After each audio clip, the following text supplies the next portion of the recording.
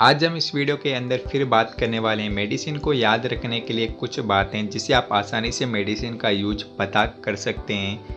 ये part 2 video है, मैंने ऑलरेडी पार्ट 1 बना दिया है। आप लोगों ने वीडियो को काफ़ी ज़्यादा लाइक किया और आप लोगों की डिमांड के कारण ये मैंने पार्ट 2 वीडियो बनाया है। इस वीडियो को भी अगर आप ज़्यादा लाइक करोगे तो मैं पार्ट 3 वीडियो भी बनाऊँगा।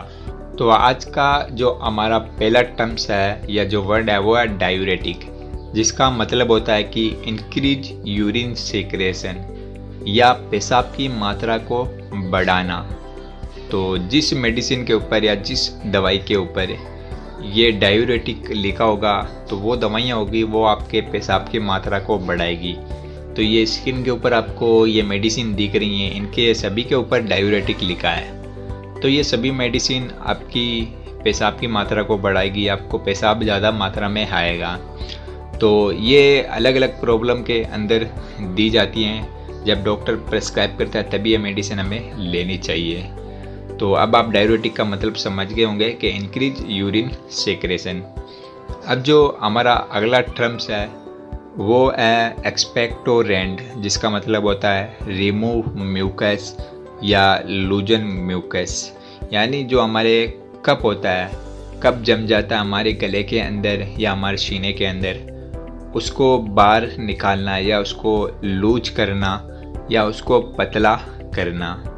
तो ये जो दवाइयाँ होती है खांसी के अंदर यूज की जाती हैं। जब किसी को कफ हो जाता है यानी गीली खांसी होती है, जो वेट कप होता है जिसके अंदर हमारे गले से या हमारे मुंह से म्यूकस बाहर आता है, तो ये वेट कप के अंदर यूज की जाती हैं, जिससे हमारा जो कप होता है वो आसानी से बाहर निकलने में मदद करता है। जिसको ये कप को ये थोड़ा ढीला करता है, लूज करता है, ब्रेक डाउन करता है या उसको पतला करता है, जिससे वो आसानी से बाहर निकल जाता है। तो ये आपको स्क्रीन के ऊपर कुछ मेडिसिन दिख रही हैं, इन सभी के ऊपर एक्सपेक्टोरेंट लिखा है। तो ये सभी दवाइयाँ होगी ये वेट कप के अंदर यूज में ली जाएगी। अब हमारा जो अगला टर्म्स है वो है एंटीटसिव, जिसका मतलब होता है कि सप्रेस ड्राई कप। यानी किसी को गीली खांसी होती है और किसी को सूखी खांसी होती है, तो ये एंटीटसिव वाली मेडिसिन होगी, ये दवाई होगी। तो ये ड्राई कप के अंदर यूज की जाएगी। जिसको म्यूकस नहीं आता है, केवल ड्राई कप रहता है, केवल सूखी खांसी रहती है, जिसके साथ म्यूकस नहीं आता, कप नहीं आता है, तो उसके अंदर ये यूज की जाती हैं। तो ये सभी मेडिसिन आपको दिख रही हैं स्क्रीन के ऊपर, ये दवाई दिख रही हैं, इन सभी के ऊपर एंटीटसिव लिखा है। तो ये सभी दवाइयाँ हो गई ये ड्राई कप के अंदर यूज की जाएगी। तो मैंने आपको ड्राई कप और वेट कप दोनों के अंदर कौन सी मेडिसिन यूज की जाती हैं वो भी मैंने आपको बता दिया है। अब जो हमारा अगला टर्म्स है वो है एंटीवायरल, जिसका मतलब होता है वर्क अगेंस्ट वायरस। यानी ये जो दवाइयाँ होती है ये वायरस के खिलाफ काम करती हैं। जब हमें कोई भी वायरस के कारण इन्फेक्शन हो जाता है, वायरस के कारण जो बीमारी होती है, तो उसके अंदर ये दवाइयाँ या मेडिसिन होती है वो यूज की जाती हैं। जैसे कि आजकल कोरोना वायरस के खिलाफ ज़्यादातर एंटीवायरल यूज की जाती हैं। तो वो दवाइयाँ होगी वो वायरस के खिलाफ काम करती हैं, वायरस को किल करने में, वायरस से बीमारी होती है उसको रोकने में मदद करती हैं। तो इन दवाइयों के ऊपर आप देख सकते हैं एंटीवायरल लिखा होगा।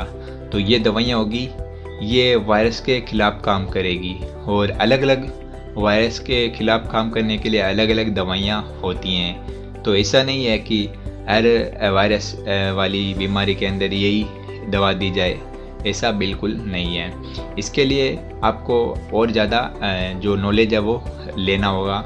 ये केवल समझने के लिए है कि एंटीवायरल का मतलब क्या होता है। अब हमारा जो अगला टर्म्स है वो है एंटी फंगल, जिसका मतलब होता है वर्क अगेंस्ट फंगी।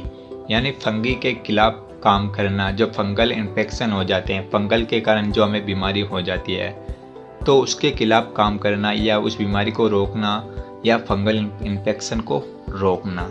तो इन सभी मेडिसिन के ऊपर आप देख सकते हैं एंटी फंगल लिखा होगा।